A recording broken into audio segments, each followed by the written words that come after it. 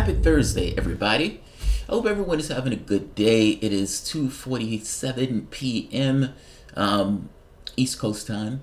Um, yeah, I hope everyone has had a good day. I've spent my morning going through the Cohen trial. I think it's like 8 hours long, so it eats up right much of your day. There are aspects of that I want to discuss in the coming up shows, and I have a lot of shows that are coming up today, so I want to be able to get to those. So I'm going to try to make this video relatively straightforward and quick, seeing as I spent an hour and a half talking about this issue on a video that had nothing to do with this issue. That issue being reparations. Two things, 2 points. My wife and I had started a show. We were doing it, I think, on Thursday nights. She's not feeling well. She's feeling pretty miserable.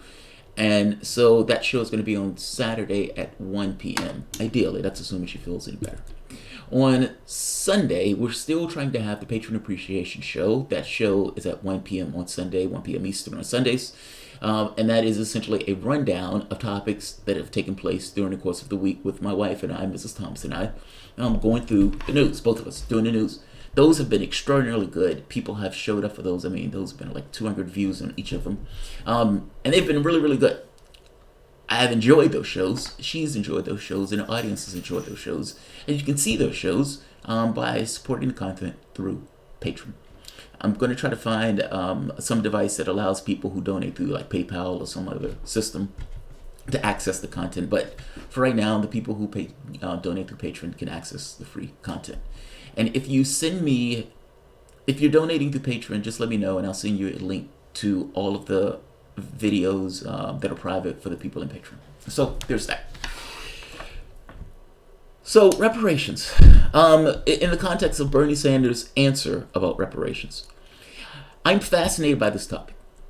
I'm fascinated that we're even having a conversation about this topic in and of itself. Like, this is something that would be mind-blowing if it even came up back in 2008 or before. But the conversation has moved so far to the left that we're even engaging and entertaining in conversations dealing with issues that have been up to this point, and I would still argue radioactive, such as reparations. Bernie Sanders was asked the question, if I'm not mistaken, by some kind of political operative, even though CNN was coding these people, said they were just mom, pops, random Joes who were just out there, who were just interested in politics. No, many of these people that CNN had asking questions were political hacks, political operatives, elements of the DNC, elements of the Democratic Party, or lobbyists. Personally, I didn't necessarily think the questions were horrible. Personally, I thought Bernie Sanders knocked these questions out of the park. But nevertheless, CNN was still being disingenuous about the people who they had asking these questions. That's one point. Bernie Sanders was asked a question on reparations. I spent an hour and a half talking about this in one of my other shows when the conversations turned that way. My wife wants to talk a little bit about this, so she's going to be on, and we're probably going to talk about this also, but I want to give my 2 cents on this in a separate video by itself, even though, like I said, I spent an hour and a half talking about it yesterday, and even having somebody to call in to debate on this point. I'm going to give my opinion on this. My opinion is somewhat nuanced. First, let's look at the question that Bernie Sanders was asked that you can say started all of this conversation. Motherfucker. I hate when it does that. OBS has this thing sometimes where it drops a second screen. Give me 1 second. Alright, I'm not sure why it does that though. Alright, I do it this way.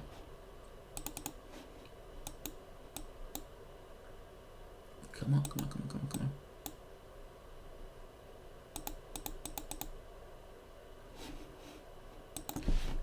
Alright, maybe if I slide this over. Give me 1 second, guys. Let me work this out. Oh, that's the Joe Rogan thing. Here we are. Alright. Guess it takes a moment. Alright, so this is Sanders being asked the question, African descendants of slaves, or American descendants of slaves, in the town hall about whether he would support reparations. Senator Sanders. Part of the legacy of slavery and Jim Crow in the U.S. is the legacy of income inequality in the U.S. What is your position on reparations to the descendants of slaves? Well, as I just indicated, there are massive disparities that must be addressed. There is legislation that I like, introduced by Congressman Jim Clyburn. It's called the 10-20-30 legislation, which focuses federal resources in a very significant way on distressed communities, communities that have high levels of poverty. So as I've just indicated, I think we have to do everything that we can to end institutional racism in this country. It is not acceptable to me that the rate of childhood poverty among the African American community is over 30% in this country. That is beyond belief. That African Americans die from cancer at higher rates than whites. So we're going to do everything we can to put resources into distressed communities and improve lives for those people who have been hurt from the legacy of slavery. So what is your position specifically on reparations? I asked the question because Elizabeth Warren, Julian Castro, they've indicated they want what does that mean? What do they mean? I'm not sure that anyone's very clear. What I've just said is that I think we must do everything that we can to address the massive level of disparity that exists in this country. I'll tell you what they mean, because Elizabeth Warren has said black families have had a much steeper hill to climb. We need systematic structural changes to address that. Julian Castro has said, I have long thought that this country would be better off if we did find a way to do that, reparations. Well, I agree with what Elizabeth said. So you would support reparations? But read what she said. What does that mean? She means, I think, I don't want to put words into her mouth. To be fair, this is somewhat of a dodge. I mean, the people put that Bernie Sanders dodge this question. Kind of a dodge, somewhat of a dodge. But Sanders is not wrong here. And let me make my point. I have, I guess, 3 main points on this. My position is somewhat nuanced. Like I said yesterday, and if anybody watched the video yesterday, you pretty much got my position in spades. And I think it clarified during the course of the arguments back and forth. 3 points. Any notion of reparations, I would argue, has to deal with 2 things. One, the fact that the material conditions of the individuals in the country were harmed, even today. Meaning their material harm for what has taken place going back from centuries of labor that was violently confiscated. And has allowed a certain degree of poverty to be ensconced within the current society today of a group of people who were descendants of slaves. That's the first point, meaning there's a material argument to be made, there's a class argument to be made, that you can see the material harm by how this country was founded and how this country was propagated. The U.S. government essentially instantiating a policy of legalizing the confiscation or the violent confiscation of labor for the growth of this country, meaning free labor. That this idea of expropriating wealth. Hey, you can expropriate wealth that much faster if you don't have to pay for the labor that you're expropriating. There's a class-based argument to be made, and you can see it. Sometimes people make this argument that, well, no, I wasn't around during that time. It had nothing to do with me. I mean, I'm just trying to live my life. I don't think we should give those people money who are, for the most part, somehow undeserving of anything that they're being given. Fact of the matter is, the U.S. government was around during that time, and it was the U.S. government that legalized the policy of confiscating labor, this violent confiscation of labor. And even after the confiscation of labor, black codes, Jim Crow laws, this tacit agreement with the Klan and the terrorizing of blacks in southern communities. Even, locking African Americans out of certain jobs or locking African Americans out of certain housing areas.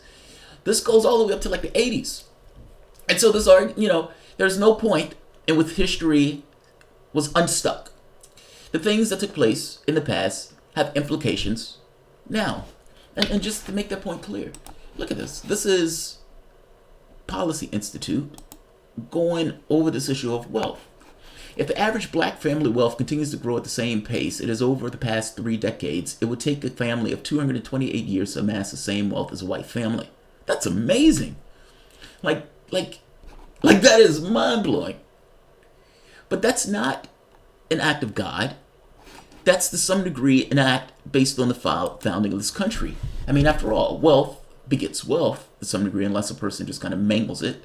And if you're starting off with zero, well, you're going to have a hard road to climb.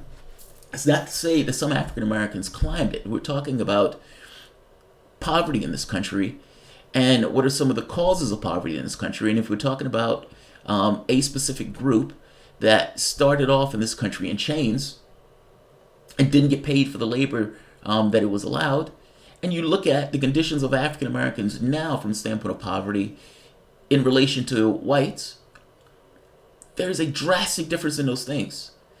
And it is hard to say that that drastic difference didn't come from, in larger measure, from how African Americans started in this country. I'm sorry, there's no gap in history in this sense. And yeah, from a class-based argument standpoint, it makes sense. This idea of trying to make people whole that was diminished in the propagation of this country itself. I don't see how that's wrong. My point is this. I agree with the premise of reparations, meaning in principle. I agree from a class-based argument standpoint, it makes sense.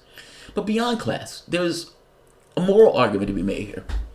This argument that something violent and catastrophic took place within regards to one of the groups that live in this country. This group being African Americans.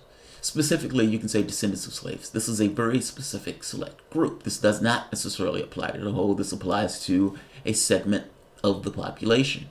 My grandmother, if I'm not mistaken, had family that were slaves. I think it was like her grandmother was slaves.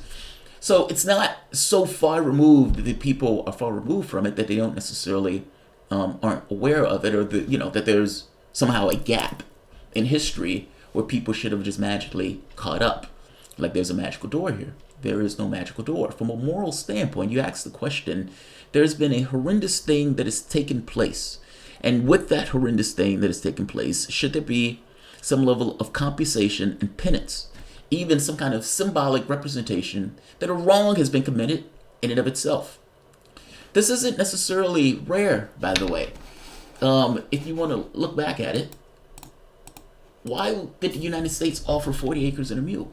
Meaning, why was this even brought up? It was brought up because they recognized, A, that a wrong had taken place, and B, that the only way that a person, a group, can engage in what it means to be an American is to have some level of economic success. Meaning, you as an identity being free doesn't really mean much in the context of you not having access to the things that you need. It's like, yeah, you're a free person, but at the same token, you're dying without health care, or you're having to make some kind of choice between food and meds. Your freedom is to some degree curtailed by your inability to get access to the things that you need. So that's kind of one point. But they offered the 40 acres and a mule because they understood we did bad things, A. It's an acknowledgement of those bad things, B. And C, if these people are going to have any level of access into what it means to be an American, then they need to have some level of material beginnings in order to make that work. There was an economic component to this. That's the kind of point that I'm making today. But there's also an acknowledgement component. I often say whites don't regard their history honestly. In this case, this was, I guess you could say, while this was taking place. And in this case, there was an acknowledgement that something needed to be done in regards to some level of reparations because they understood that they did, or that at the very least that they wanted to have some kind of play in American society. Second point, right here. Germany did something similar. For the 60th year, Germany honors duty to pay the Holocaust victims, meaning Germany has been paying reparations for the past 60 years. They understood that they did something wrong. It is an acknowledgement that they did something wrong. And by the way, part of this notion of it being an acknowledgement, it may be possible to put a financial number on the labor that was produced during the time that America was growing and during the time that America was using that labor in order to grow into this kind of country, dominant country. You may be able to put an economic value on that. But what does it mean for a person to suffer? Meaning, what does it mean to have a person live under a whip, and even after living under the whip, being locked out of conditions and being forced into conditions of poverty over the course of centuries? Not because of anything that they did wrong per se, but because of who they were and the color of their skin. And again, I think this has more to do with class, but at some point it becomes an issue of identity at some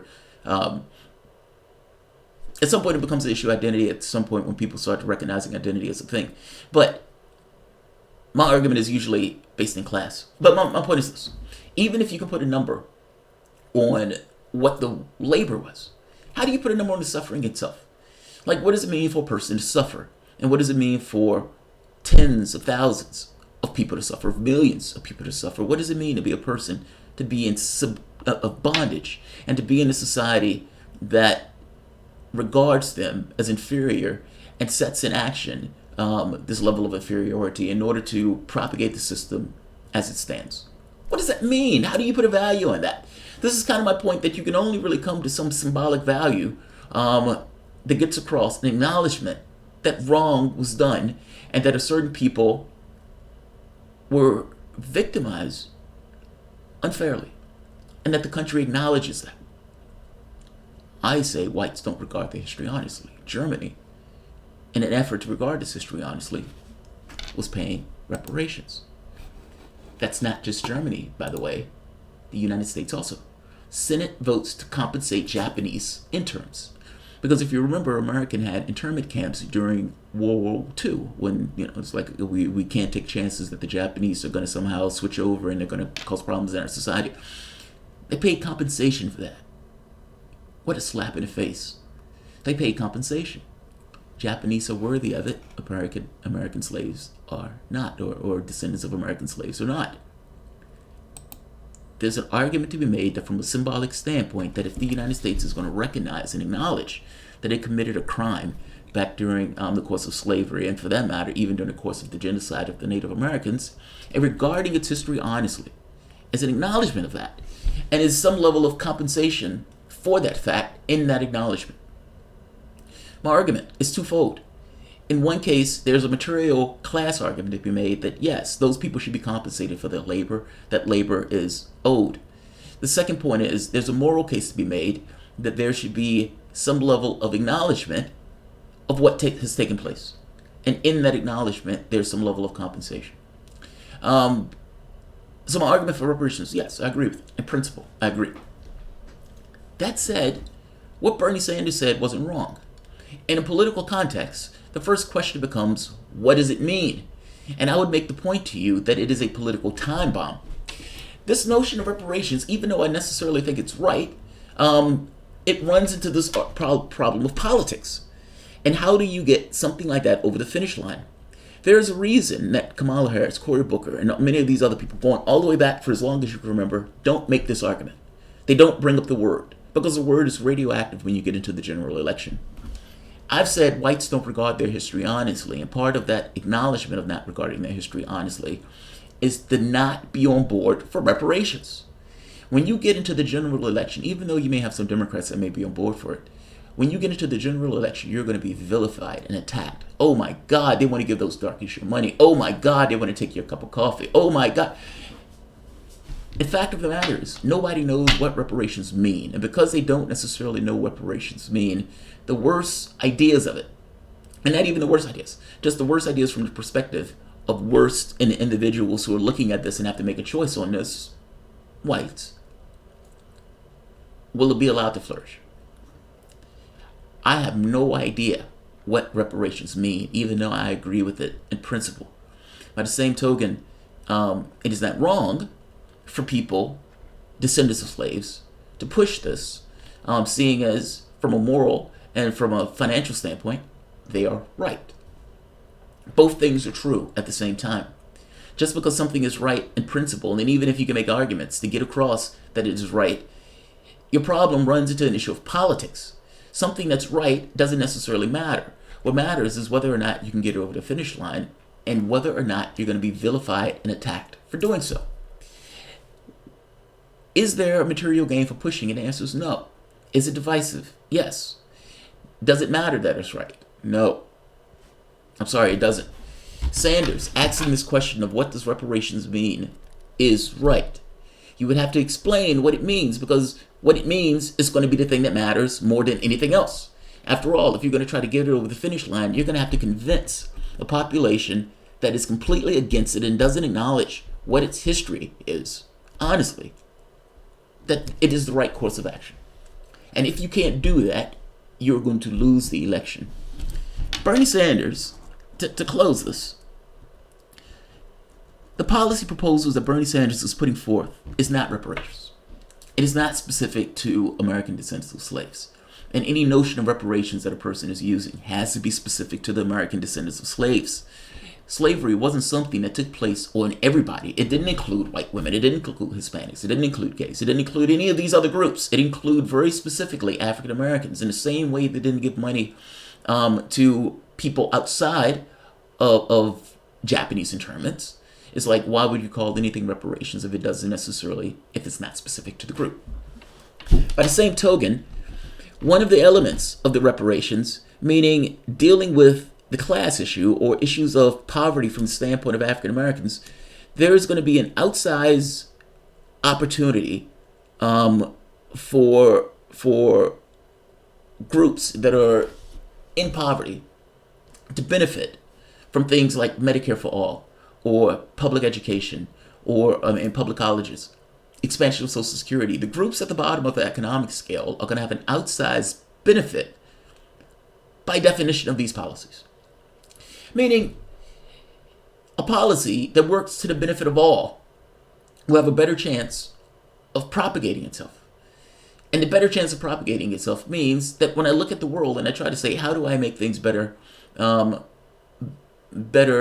economically for the country itself, Sanders gets me further along than any of the other groups, regardless of their race. And even putting forth plans of what they're calling reparations, which is really not, is it really reparations if it's not specific to a particular group? They still fall short. You have to see whether they're going to believe it. I suspect Elizabeth Warren is desperate and is trying to do whatever she can to try to create a little bit of buzz and energy in her campaign, in which case she brings up reparations. But Sanders, being a front runner, realizes that if he gets to the main election, that is going to be something, an attack point. That is a weak spot in regards to running on. It's not that I think it's fair that that's a weak spot. It's not that I think it's wrong for the people to push it. It's not that I think that reparations is not owed. It's that I'm stuck with the political thing of how do I think? How do I perceive America? What do I think of the world? And do I think that Americans that don't regard their history honestly is going to, in this moment, regard it in some way honest and engage in this conversation in a way that doesn't make the candidate who's pushing it lose? My view of this from a political standpoint, I think you get further along by policies that benefit the whole. Whether or not that's fair or not is separate from what is. And in the sense of what is, it is a difficult case to make that, I'm sorry, whites that don't regard their history honestly is going to somehow accept this issue. Not to mention, what does it mean? What does it mean? Sanders is not wrong for asking, what does it mean? And Sanders is also aware, just like all of those other political candidates, going back for God knows how long, are aware that this loses. Sanders' plan is not reparations. But if you're talking about a plan that materially benefits the people at the poorer end of the economic scale, Sanders is it. Sanders is it. I know people found his answer to the reparations thing unsatisfying. But the fact of the matter is, there's no way to push forward reparations without defining what reparations mean. And in lieu of knowing what it means, it is hard to make the argument. I see nothing wrong with studying it. I see nothing wrong with people who are descendants of slaves pushing it. All organizations push for the interests of the organization. Perfectly fine. I think they're absolutely right that issues of African Americans have been tossed to the wayside. Part of that is because African Americans are thrown their light in so fervently with the Democratic Party that the Democratic Party can use the Republican Party as this kind of whip to keep them in line. All of that's true. All of that's true. But the fact of the matter is, all of that stuff can be true at the exact same time. It can be true at the exact same time. I hope I'm making sense on this. I'm going to end this here. I'm not going to keep this one long. Yeah, I hope I'm making sense on this. I did the other video where we went for like an hour and a half on the reparations thing, so I don't want to do that again today. But I'm fascinated that this conversation is taken up. But I got to be honest, the politics of this conversation are loser. I'm sorry. It's not that I disagree with it. I just think the politics of it are a hard road to go. And I suspect Sanders, Booker, Harris, Obama, Clinton, all of them understood that this is a hard way to go. And all of them understood it's a hard way to go because of their perspective of the American electorate. They would never say it. They would never put it in the terms that I've put it. But all of them knows that what I just said is true, in which case they don't bring it up and they find other ways of universal programs in order to try to make this argument that this is somehow reparations. One last point. It's also, there's a political calamity that befalls a society if you're able to push that through when there's a backlash against the fact that you've pushed that through. You don't have an underbelly of support from this from the standpoint of the majority of the population, in which case you end up in this weird situation where the majority of the population punishes whoever tried to enact that particular policy. You don't believe me? Affirmative action. Look at how affirmative action was vilified and attacked. And even the benefits of affirmative action, the main proponents of it was, if I'm not mistaken, white women. Like, this wasn't a policy specific to the American descendants of slaves. Other groups started to use this. You can't necessarily call this reparations if it's going to everybody.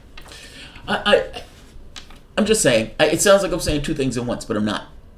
There's a difference between the politics of an issue versus the legitimacy of an issue. The legitimacy of an issue can be as perfectly valid as you want to make it. By the same token, being able to get that over the finish line and the politics of it becomes divisive, and the politics creates a situation where you end up losing more than what you would have gained with a candidate who's attending to the needs of the people at the bottom, even if those people have whiteface or Asian or Hispanic or gay. I think you get more bang for your buck in trying to eliminate poverty as a whole, as opposed to doing it specifically by race. That's my thoughts. I could be attacked for it. That's what I think. So I'll leave this here, and I'll let people either bitch at me or agree with me in the comments section. If you enjoy the content, please feel free to share, like, subscribe. You can always support through PayPal or Patreon. Also, there's another interesting point. What does it mean? So who gets it? Assume for the moment, let's say it's a check, and it's this is the worst aspect of reparations that people think of. I don't necessarily think a check is all that bad, especially if you're talking about just trying to blunt the edges of poverty. I think you run into other issues with this, meaning poverty, people who are living in a situation of poverty, and as they propagate, how does that affect those generations going forward? And I don't think you can just blunt that by giving cash. No, that's the first point. But take that out for the moment. I don't necessarily think cash is all that bad. You're essentially paying back for labor that you never paid for. Does it go to people who married into it? Like, let's say, for instance, a white woman marries a black man. Does the offspring get a check providing that the black man's family was American descendants of slaves? How do you... The issue needs to be studied, and it needs to be determined what it means. I'll end it on that. Pat Hacker, this issue is being used to take Bernie out. I think so too. I think this is a political time bomb. Like, it's damned if you do, damned if you don't. Bernie Sanders is racist. He did a speech with Stacey Abrams, so it makes him racist. Bernie Sanders is sexist because he decided to run against Hillary Clinton. And this argument that Bernie Sanders can't get black voters. This was this nonsense that the Hillary Clinton campaign put out and pushed feverishly, like ferociously. The media picks this up and runs with this narrative, despite the polling to the contrary, runs with this particular narrative of events. Simultaneously to this narrative of events, this political attack hit, or a hype piece in this kind of way, now you have Bernie Sanders doesn't support reparations. So not only can Bernie Sanders not get blacks, Bernie Sanders is now put in the position of having to say whether or not he would support a divisive policy of reparations that they know is a political killer in the general election, while simultaneously being somewhat of a position that may actually, you could say, galvanize black support, and use it almost as a hit piece against Sanders. Like, Sanders can't get blacks, and simultaneously, if Sanders not being able to get black voters, now he's not for reparations. Hillary Clinton did this when she was running in the race, where she was hugging every black person and every baby that she could find, even going so far as to say she keeps hot sauce in her purse. This helped her to lose in the general, when she realized that her doing this alienated whites who looked at the Democratic Party as just being this kind of this black organization, or this multicultural organization that didn't have room for them. There are political consequences to these things. But yeah, this is somewhat of an attack piece on Sanders in this way, and you can see how the attack piece is lining up. So Pat, I agree with you. I agree with you. Krillin 876. Does Kamala Harris get half check? What about immigrants?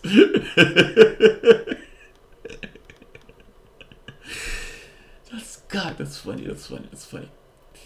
We built America, time to get paid. Everyone else had money and chance. American descendants of slaves did not get a chance. Yeah. I'm telling you the truth. If you only want to deal with people who will tell you what you want, sorry. Yeah, I don't tell people what they just want to hear. But you get my position. It's nuanced. In principle, I agree. In practice, I don't know how you pull that off. Cheryl Tyler, you have the wisest position on this, Jamal. Aw, thank you, Cheryl Tyler. I always appreciate kisses on the ego. My position on this comes from this idea of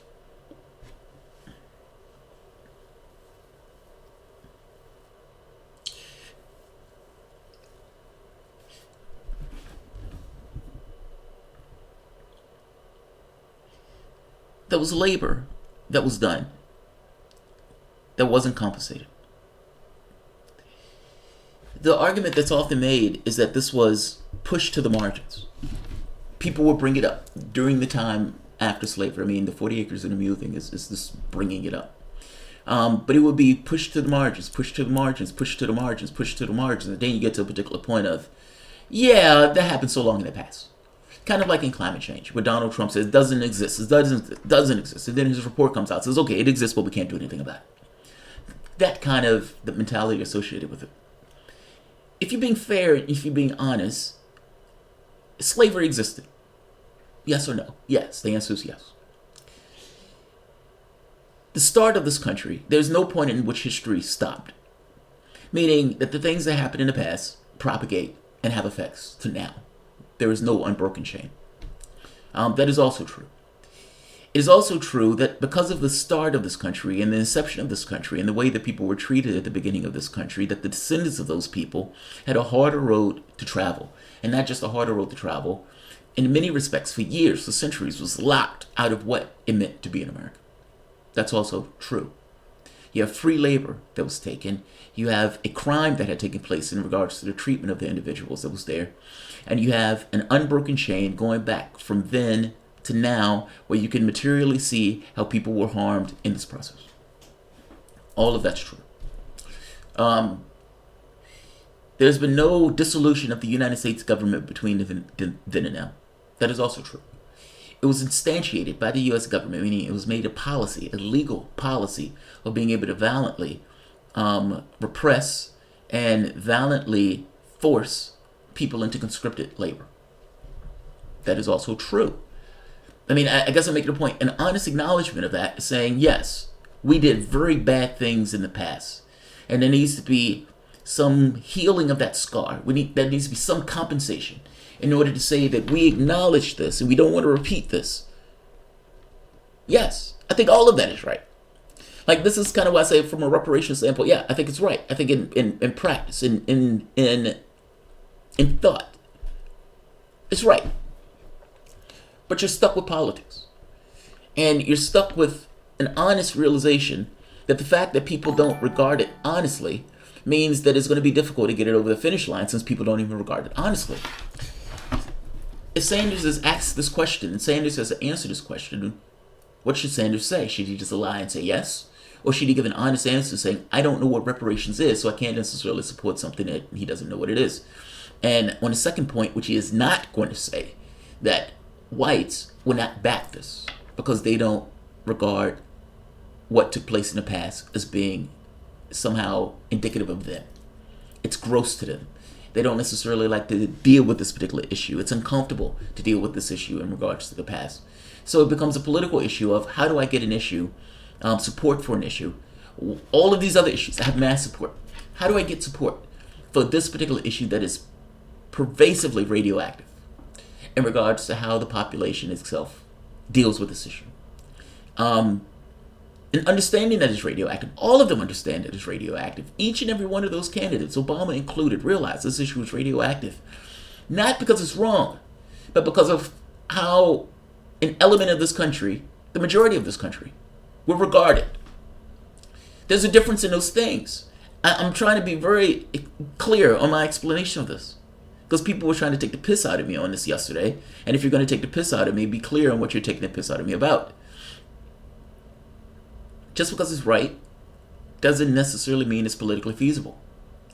But the fact of the matter is, the things that are politically feasible will greatly, materially, affect the people at the bottom of the economic scale, whether they're black, white, Asian, gay, straight, whatever. That is not reparations, because that is not specific to American descendants of slaves. Simultaneously, it will materially, in spades, in a way that none of the candidates going back 50, 60, 70 years, even going back to some point, New Deal politics, would affect the people at the bottom of the scale. If you're asking me why I support Sanders, it's because I'm looking for material changes in the country itself and ensuring that people have access to drugs and medicine. Hey, guess what? A lot of those people are black, and a lot of those people will benefit from that. Many of those people are descendants of slaves. No, it's not reparations because it's going to everybody, but yes, it will materially benefit you. The ability to get an education from public colleges where you don't have to pay money for it, yes, that will materially benefit the descendants of slaves. Yes, it will materially benefit everyone else at the bottom of the economic scale also. But yeah, it would materially affect African Americans who are at the low end of the economic scale, who can use the public college to try to, better themselves in an education sense and maybe do something from a standpoint of economic sense. Expansion of Social Security. Many of the elders, African Americans, my family, who were living on Social Security and this modest income, where they're barely making ends meet, barely able to live in a particular place that is not necessarily in what they would consider to be a safe neighborhood. An expansion of Social Security, when many of the people who are retiring with zero, many of which are black. This is kind of my point. No, it is not reparations in the sense of being specific to African Americans. And if you ask me, should there be, my answer will be yes. Simultaneously, is it a dramatic benefit to the people at the bottom end of the economic scale, many of which are African Americans? The answer is also yes. The answer is also yes. Yeah, man, I people may disagree with me on this issue, but I don't think I'm wrong. Rock Lee, not a class issue. It includes non-poor American descendants of slaves. But it is a class. Just because it includes non-poor descendants of slaves doesn't necessarily mean that it's not a class issue if the majority of the people you're talking about are in poverty. And that poverty, to some degree, being inspired by the beginning of this country. I'm sorry. You cannot extricate issues of class and race. The Democratic Party try to do it all the time. I don't think you can do it. Fact of the matter is, part of the reason that your part of the population is where it is because of the founding of this country. Yes, you could say at some point it became an issue of identity, but let's be very clear that when this started, they didn't do this for shits and giggles. They did this so they can get their hands on free labor. The point of this is labor. The class thing became a secondary aspect of the fact that it was labor. You could say that they were racist in the process, fair enough. But But they didn't do this just because they were racist. They did this out of issues of class. Krillin 876, reparations is divide and conquer issue. Blacks from the cities have more opportunity than whites in Appalachia. Reparations should have been done centuries ago. It is true that reparations should have been done centuries ago, but they didn't want to do reparations centuries ago. They didn't want to do reparations now. I mean, it is a divisive issue, yes, but it's also an issue of morality and an issue of paying back labor that was stolen for free. Just saying, but all of those things are true. This is not this or that. It's somewhat all of the above. All right, I'm going to end this.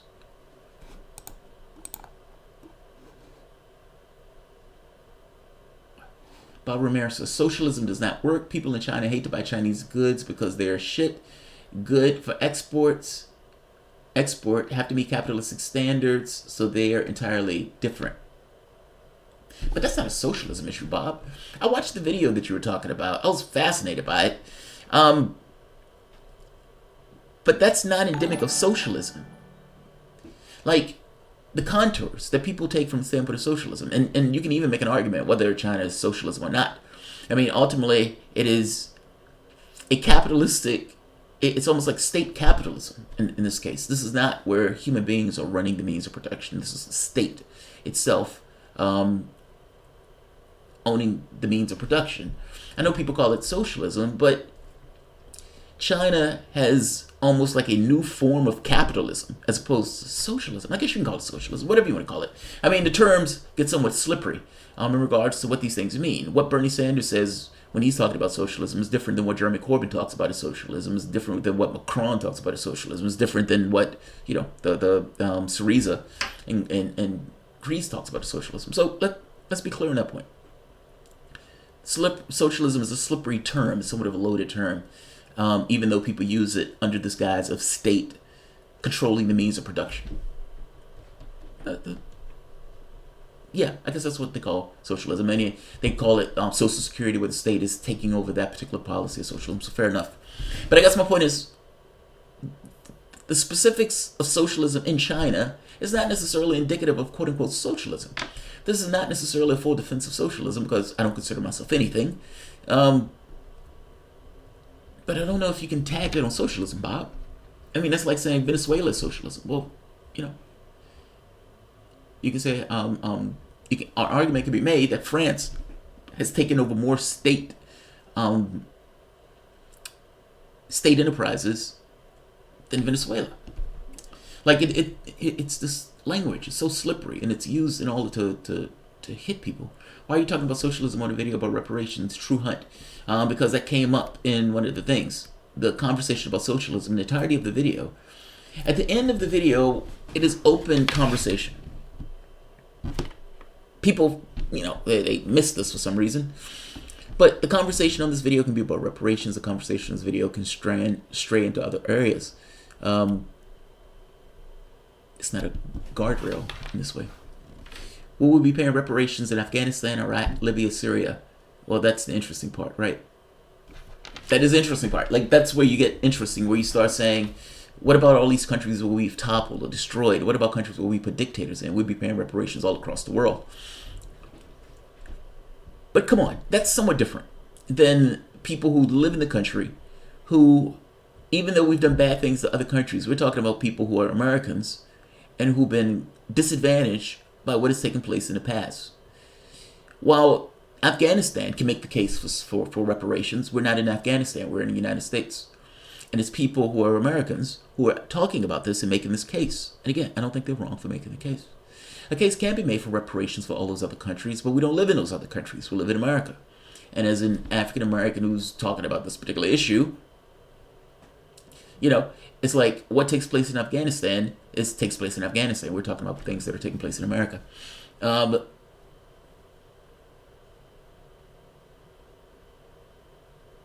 Poor whites still benefited from slavery. First Scorpio. Poor whites did benefit from slavery. They did benefit from slavery. Your skin was a benefit.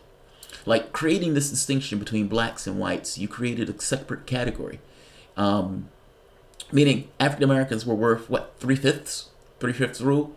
So just by virtue of your white skin within the society itself, you were worth more. Think about that shit.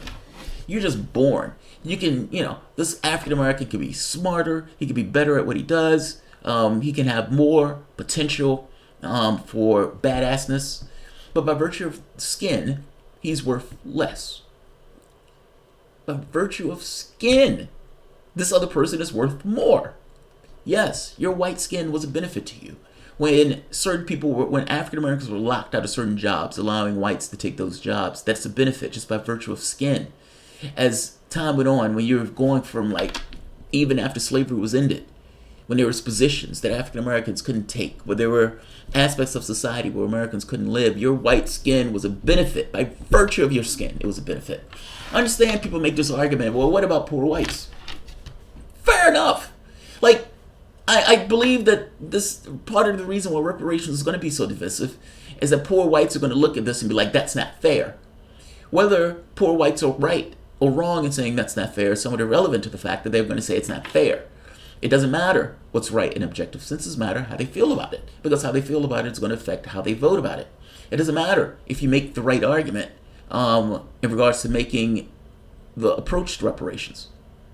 Being right or wrong is irrelevant, meaning right or wrong from an objective standpoint. It's almost irrelevant to this. It becomes issue of politics. And again, you have a population that doesn't acknowledge its history honestly. And without having that acknowledgement, it makes it difficult to get it over the finish line. But again, just saying. Indigenous people deserve reparations. Hank Mulvey, again, it's not that I disagree with you. But the argument that we're making here are for the descendants of slaves. There's nothing wrong with a group fighting for its own self-interest. I mean, after all, you have the Israeli lobby, right? Nobody begrudges them, and they call people anti-Semitic on a whim. Nobody takes issue with the fact that they just yell anti-Semitism at random things. The sky's blue. You're being anti-Semitic, buddy. Just because I said the sky's blue, yes. Yes, you are. But if blacks do that, of course, that's bad. My point is this. The position is not wrong. The position is not wrong. All right, I'll end this. I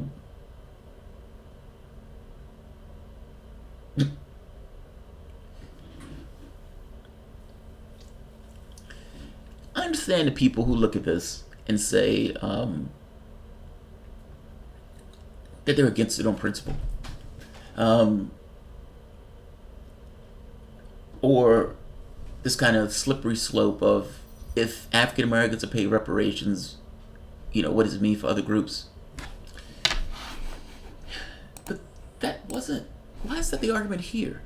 Why wasn't it the argument when Germany was paying Holocaust victims for 60 years? Or why wasn't that the argument when the Senate voted to compensate Japanese interns of the internment camp? Couldn't you have made the argument that, hey, if we're going to pay Japanese, who else are we going to have to pay for the bad things that we've done? Why isn't that argument made? It's the argument that's specific to African Americans. What about this? What about owning up to the 40 acres and a mule and paying people the basic rate of whatever 40 acres and a mule equals to today? I mean, after all, this was something that was offered in the past. They shucked and jived, and then they got to the point of saying too much time has passed. How's that fair? Just saying. Just saying. All right, out in this.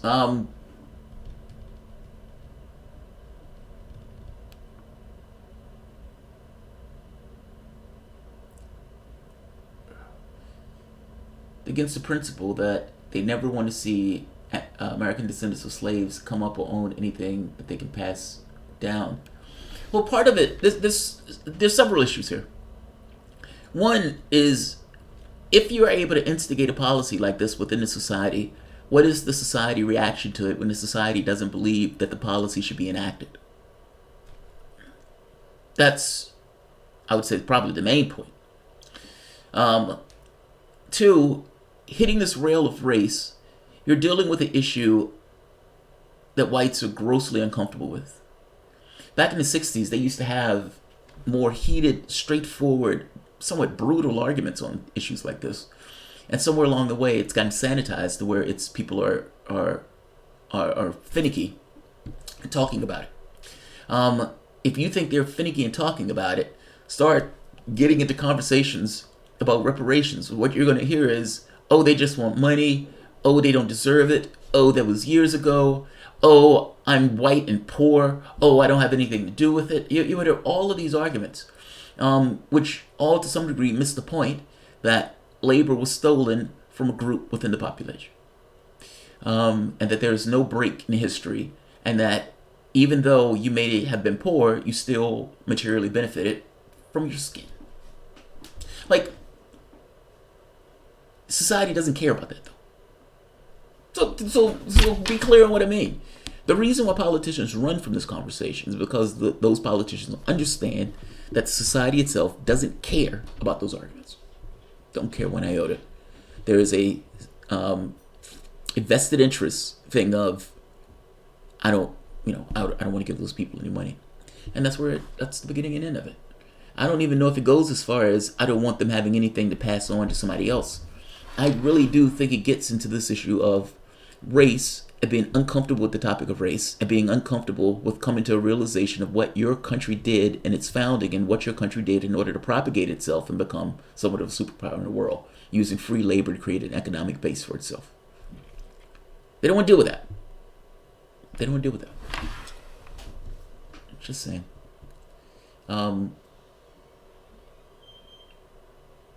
Mason DeRoss. Slave descendants deserve reparations, but that doesn't change the fact that we have to fix the economy, stop global warming, and all at the same time in the next 10 years. Yes.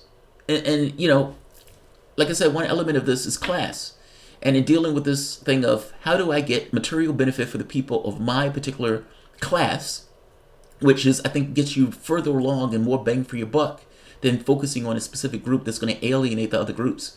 All of which are members of your class. I don't know. I think it loses. I just think it loses.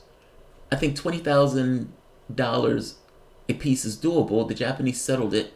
Will American descendants of slaves? I don't know, Pat. I don't know. Yeah, these all have justifications for rewage. Sadibo. Slavery, convict leasing, Jim Crow, mass incarceration, Tuskegee experiment, these are all justifications for redress, yes. And that's not even bringing up slavery. Centuries of free, forced, confiscated labor. Look, that's my position on this. I think I'm right on this position. I think I'm right on the politics of it, and also I think I'm right on the principle, this idea that is right. So, some may say I'm sheepdogging for Sanders on this. I don't think I'm sheepdogging for Sanders on this. I think my position is straightforward. If you had the conversation with Sanders and he wasn't on television and you asked him whether he supports reparations, he would probably give you a more straightforward, honest answer. But in this particular case, he is very attentive to the politics of it. And yeah, he asked the right question. What does reparations mean? So I'll end this. If you guys enjoy the content, please feel free to share, like, subscribe. You can always support through PayPal or Patreon. I sell something to bring back HR 40, and if I'm not mistaken, HR 40 is, at least what John Hill said, looking into what should reparations mean. And I think that is perfectly right. What does it mean? Because on principle, I absolutely agree. So I'll end this here. This one is gone long. Flash cloud. Your tweeter is going to blow up over this. So be it. I'm okay with defending a position that I believe in. It's only bad when you have to defend a position you don't believe in. But in this case, I think I'm right. All right, I'll end this here. Harris, get half a check. What about immigrants? I mean, if you're an immigrant out, like, if you didn't endure, or if your ancestors didn't endure slavery in this case, how are you making a pitch for reparations in the United States government? I think it's different. That's all. It's different. freeing slaves is not equal freeing slaves is not equal reparations. That is not equal reparations. It's like saying,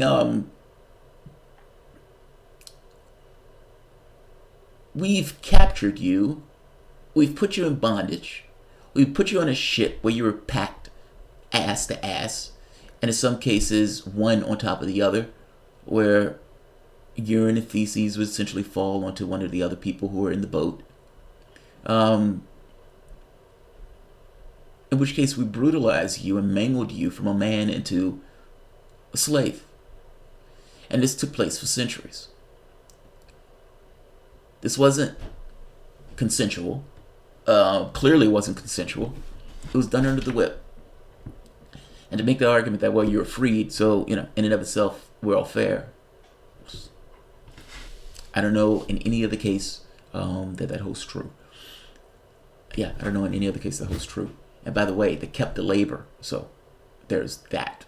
It wasn't a situation where you're free, so, have a good life. But thanks for the labor to which we've stolen. It's like you go in the Apple store, you steal all of the iPhones, and then you come back and say, it's all fair now. We're all good.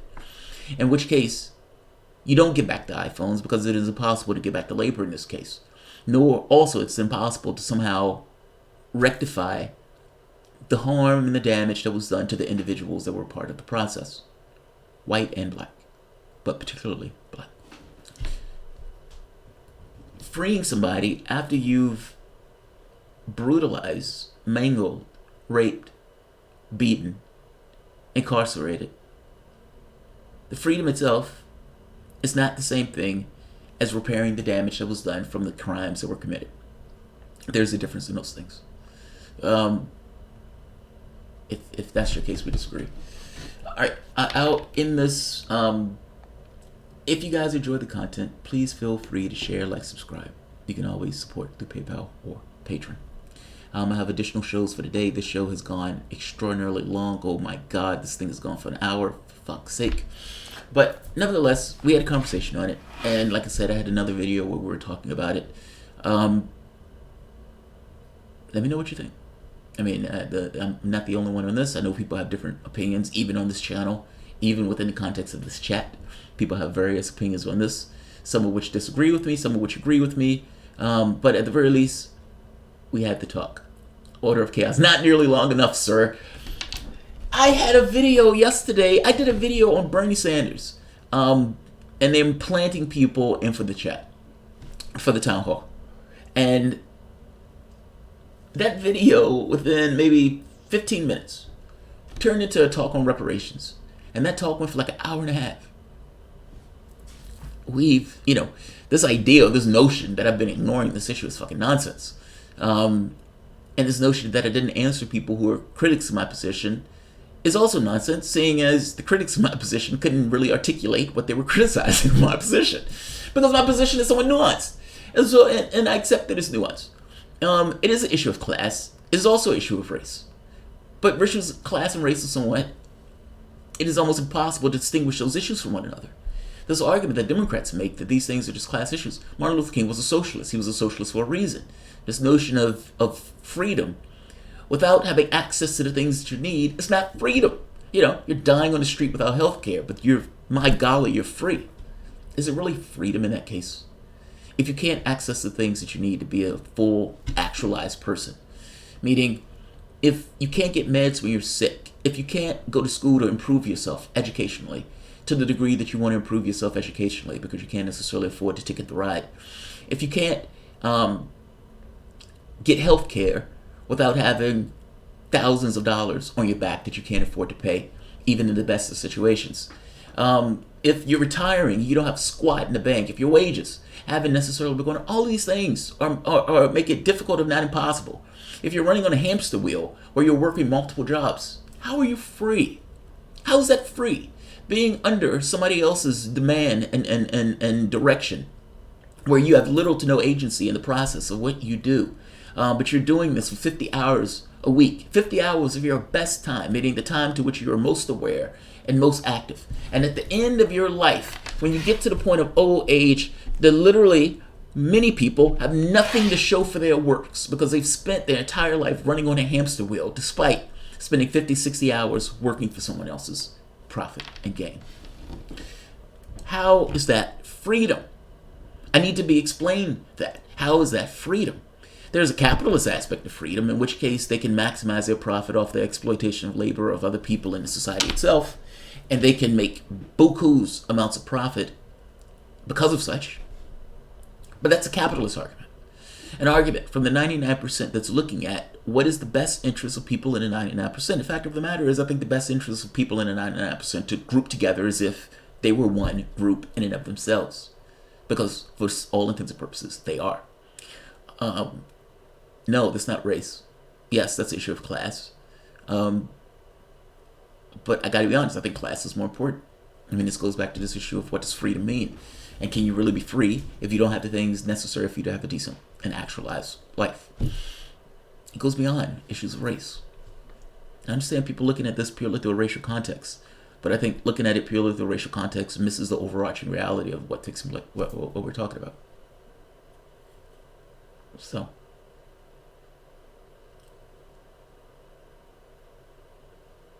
Alright, I'll end this. If you guys enjoy the content, please feel free to share, like, subscribe. You can always support the Patreon and PayPal. Patron Appreciation Show is going to be on Sunday at 1 p.m. At the end of that show is going to be kept only for patrons. You can get access to the show and the previous shows for Patron Appreciation through, donation to Patron. And in fact, we shouldn't call it Patron Appreciation. You should call it Viewer Appreciation or something to that effect. Because I want to make sure people have access even if they've donated through something like PayPal. Let me know. Send me an email, and I will make sure you get access to the other shows that patrons get access to. There's just no overarching system that I have right now where, I need to fix that because that needs to be for everybody. All right, let me end this. All right, guys, y'all have a good one. I'll see you guys in probably about 30 minutes or so. I just need to queue up the next show. I wanted to start with this because this became a really big discussion on the last episode, and I wanted to do a show dedicated specifically for this. So, thanks all.